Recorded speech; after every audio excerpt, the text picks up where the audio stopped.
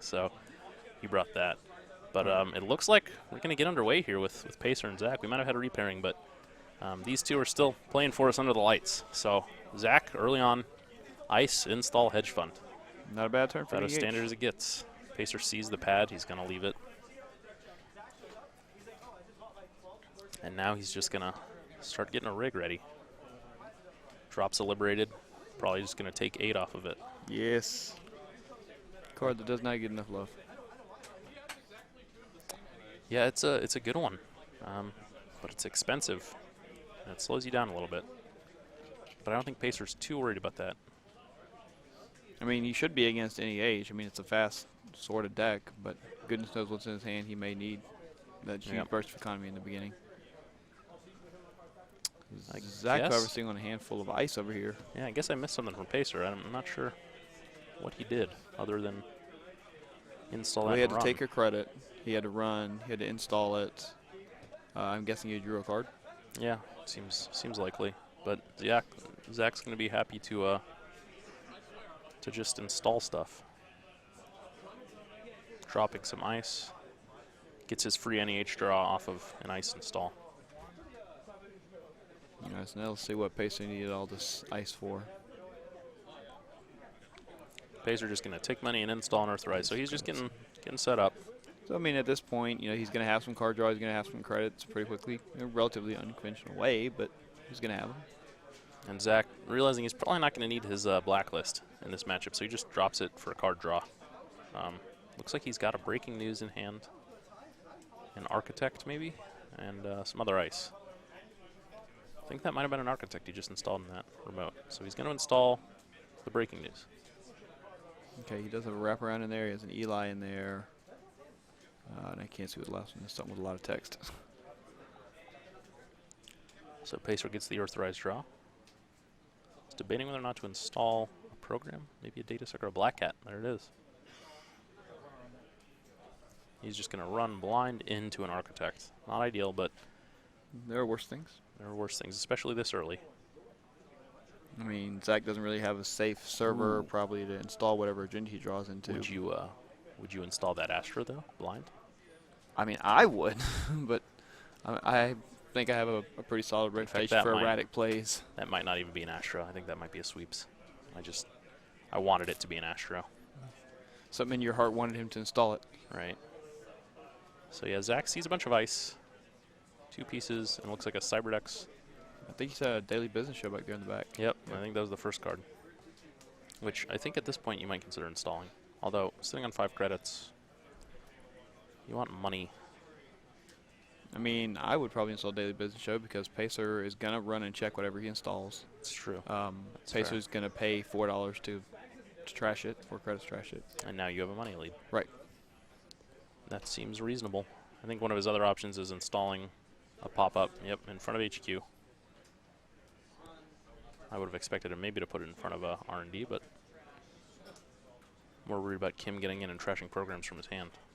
He's going to install a piece of ice down into to a new get server. To get the Daily Business Show drawn. Fair enough. Which makes sense.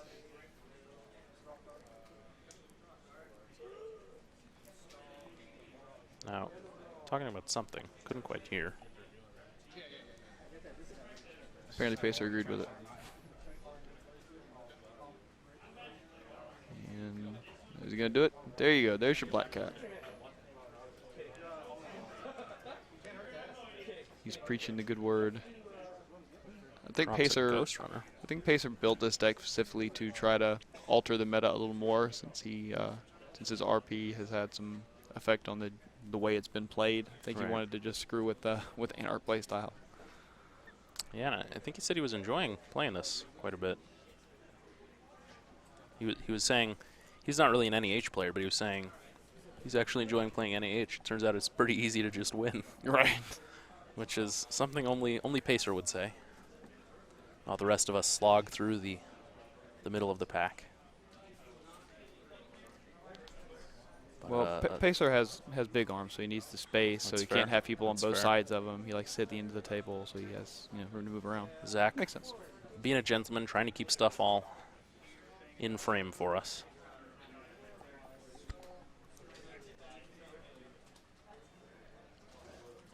So let's see. We have 5 pieces of ice down. More in hand. An Eli, a Lotus Field, and something in hand. Is that a Lotus Field? It is. I think he's also got a Lotus Field in hand. We know he has 1 in his deck, which is pretty cool to see, but he's just going to score out that breaking news.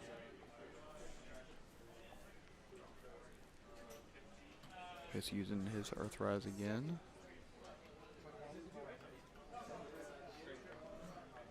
Those credits up, and he's got a Stim Hack in hand. Looks like also a Data Sucker. Oh no, a Self Mod. Yeah, he has to put that Self Mod out before he goes using Stim Hack. Yep. Oh, there we go. There's his 1 of clone chip. Now he's thinking about it.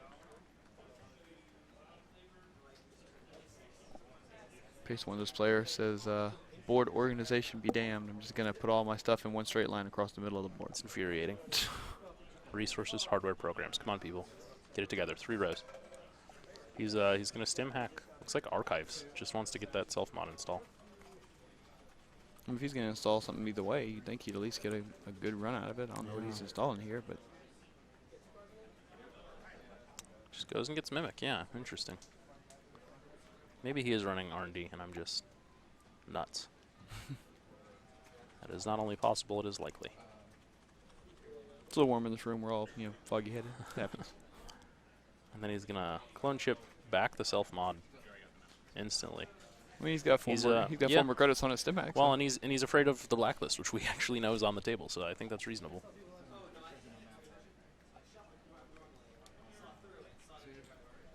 There it is. He's going to use it. And I mean, all this stuff is an action window, so it's not even like Zach really has a window to interrupt this with blacklists. Yeah. And there's Yogg. Okay, interesting. So just wants to get a suite out. Happy to.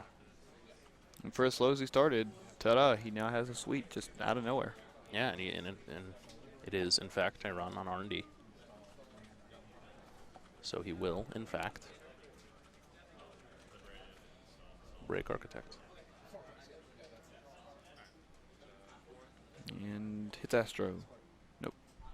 It's a Beal, though, so not a terrible run. Now we know this is not the tagging, punishing version of Near Thub. So, Zach, not feeling great about that score, but, it's better than the Astro, right? Right. And he's already got a breaking news scored, which means if he just scores the 3 Astros, he wins. Yeah, so he's fine. He's fine with that Beal. He's not super set up to score anyways. He just needs money. Which is weird because, he has a ton of ice in his hand. He has a ton of ice on the board, so even he can set up defenses, but you almost don't even want that much ice with NEH. You want to go ahead and get your stuff out, get it done, and get the game over with. Looks like he sees a shipment and another breaking news. And I think he keeps the shipment. Because, another breaking news doesn't really do anything for him. Finds Jackson. Although at this point, Pacer's got all of his breakers out. Right. You got to be worried about whatever you put in a server is going to be pretty vulnerable. Well, right now he only has 1 credit, and he has 2 cards in hand, so I don't know if he has any real way to get economy going right now. Well, so are you trying to draw into an agenda and sneak it out right now? Or do you still just want to try and ice up and money up?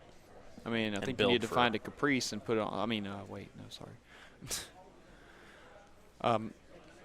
He has enough ice. If he can put 1 more on that scoring server, he probably can get a window here fairly quickly.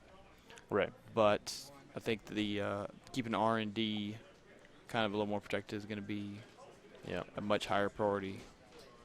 And if that is Lotus Field in his hand, he needs to put it down in front of R&D because the NR doesn't have a Data Sucker out yet. So, he still has the fixed strength breaker, and that's always been the problem with the fixed strength breakers, right? And that's part of why Lotus Field is in the game.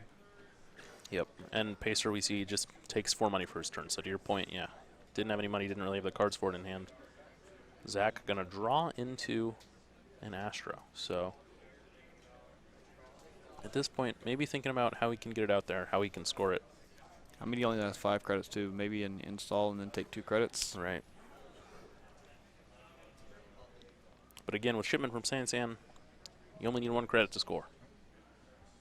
But he's going to install on the remote And protect it. And protect it. And that I think was, oh no, it was not the Astro. So maybe a pad, maybe the Jackson. No, there's Jackson in hand. It's not quite sure what that is, but Pacer perfectly happy to let that happen because he's going to start medium runs. And this is how you lock down NEH, given the chance.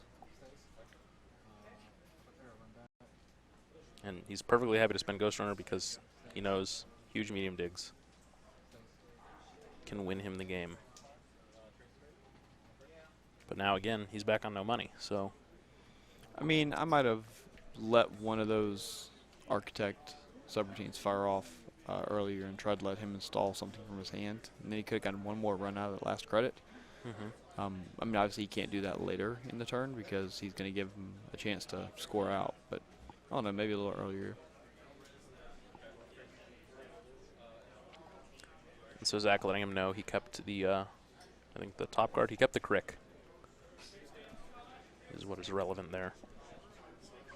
But again, all of this is porous, and he needs to install something and the run in front of R&D. I mean, the only in the runs that he has are, you know, an Eli that's going to be a little more susceptible to Black Cat. You have the Lotus Seal, which is going to cost 4 of your now 6 credits to res. Yeah, in fact, actually right now, Eli is going to be pretty strong against Black Cat. Pacer has no stealth credits out. Oh yeah, that's fair. He did just use up all his Ghost Rider credits. In fact, no credits to break Eli. And that's going to be the choice from Zach. So Pacer's going to have to click through if he wants to get through here. But I mean, he's getting 3 digs off of this, off of fresh cards. I think the 2 clicks would probably be worth it. To play the Parasite. But that would exceed memory. Zach lets him bring it back. What a guy. So Pacer instead installs, is that the Dyson Fractal generator, I think, for a Black Cat? Yep. So that's how he's going to get through this Eli. I don't know. With that board state he has, I might have just clicked through that Eli and just gotten 3 pulls. But I didn't win a regional, so what do I know? Well, Zach not sure what he knows. Sitting here with an Astro in hand. Doesn't think he can score it, but he also has a sweeps. Unfortunately, I think Pacer has only 3 cards in hand. So, still looking to get a little bit more money and ice up a little bit better. Defend those servers better. He's going to shipment and score the Astro. Oh, so he did, in fact, have a second Astro. Oh, okay. Yeah, I missed that one. Makes sense. I mean, that's why I missed all. He left there a few turns. Yeah. That had to be 3 turns ago. I think that was a really smart play by Zach because he installed that naked. Yep. And drew into the piece of ice he put on it. And so I think maybe that led Pacer to believe that, okay, there's no way it's an agenda. Not a big deal, yeah. So now he's got the train going, right? So he's got the 1 more in his hand. Yeah, which puts him on game point. And so Pacer's going to have to, you know, pretty aggressively hit R&D at that point, and doesn't really have the money to support it. In fact, I think we see the 3rd Astro on that draw, but it's shared with a hedge fund, which he will bottom. So yeah, I think Zach's just going to try and win this game right now. Installs it down. Advance, yep. And this is where NEH can just kind of go. RP is just a slow grind, but then NEH is that diesel truck that once it gets revved up and gets going, it's gone. Yeah, and Pacer going to try and run HQ. See what he can do here. Oh, okay. Double pop-up. So Pacer doesn't like to see that because he knows it's going to cost him money every time to go in. Does not draw the Astro. Now, do you go there again, or do you try to pull R&D? Well, I'm slightly confused because Pacer had 2 money to start that run. Oh, right, but breaks for free with Yogg. Never mind, I'm sorry. Counting is hard. Trashes the hedge fund up the top. Yep, there we go. Yeah, it's a rough position to be in as Pacer, you know. when he draws out all those Astra scripts and can score them. It's Shipman from Sandman. It's a good card. Yeah, I mean, Pacer had a rig set up. He just couldn't find a he didn't have the money economy for it. Otherwise, that game would have got real painful too bad, for Zach really fast. Didn't really get to see the Edward Kim in all its glory.